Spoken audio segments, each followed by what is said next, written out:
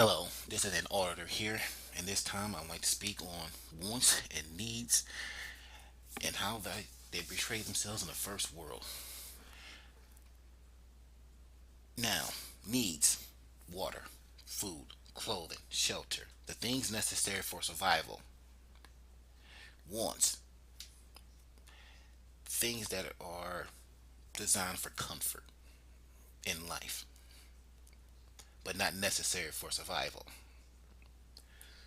Now, in the first world, where your basic needs, the things needed for survival, are much easier to obtain, it seems that when you have access to these things, it kind of shifts the way people see themselves and inherently see the way the world works.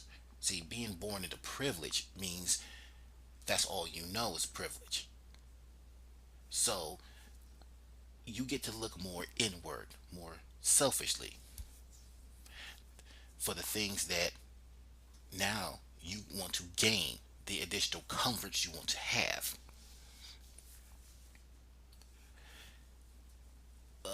First example, let's take a man who says, "Hey, I want to be rich," right?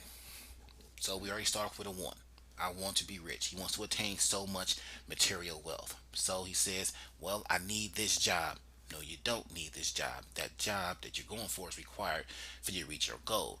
You say, then the person says, "Hey, now I need these specific clothing because of the dress code at the place that I want to work." Again, these are wants again. This is comes again under one. This is a requirement necessary for you to get the job that is necessary for you to get the money. Then the person may say, "Hey, I need a car so I can get back and forth to the job." Again, it still comes under the category of want. The vehicle will make it things easier to for you to get to the job where you are that you require to obtain the material wealth that you want. All these things come under want. They don't come under need.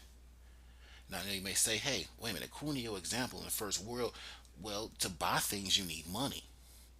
To have a home you need money. You need these things to to survive in the first world." That is correct. You will need these things to survive in the first world. But we're talking about wants versus needs. Can you get food without a job? Yes. Can you get shelter without a job? Yes. Can you get clothing without a job? Yes. And can you get attain water without a job? Yes. Because people do it all the time around the world.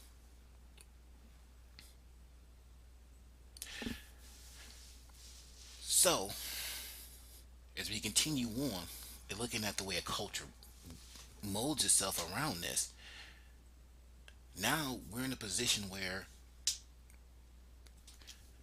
the needs are met or they're easier to attain. So, all these other things now that I actually want, you're not going to view them as a want. Now they're a need. You see, me, like a bunch of other people, me and pretty much everybody in this country has experienced a power outage.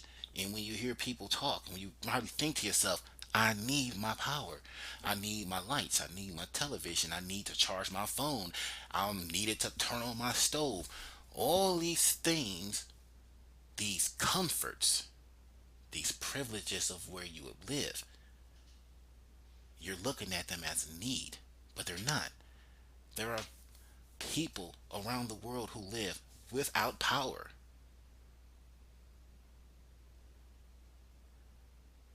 But because you live in a place that has it and you've always known it, you have changed the perception of it.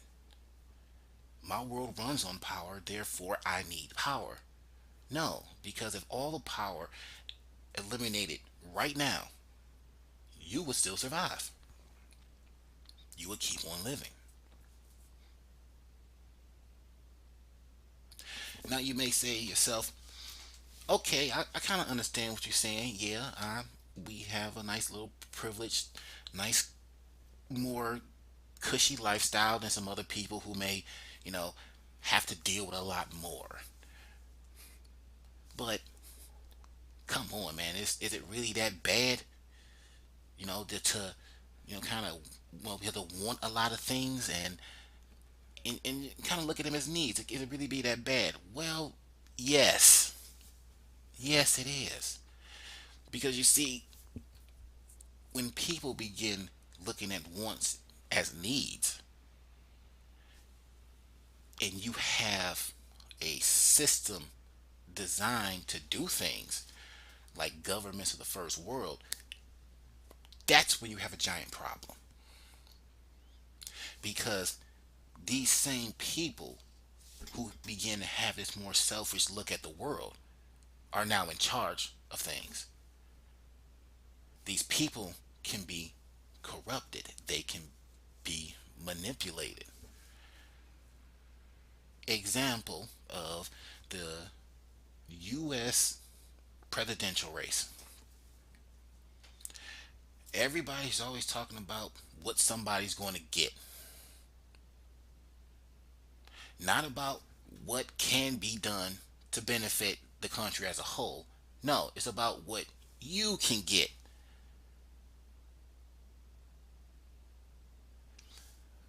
But here's the thing, just think for a second.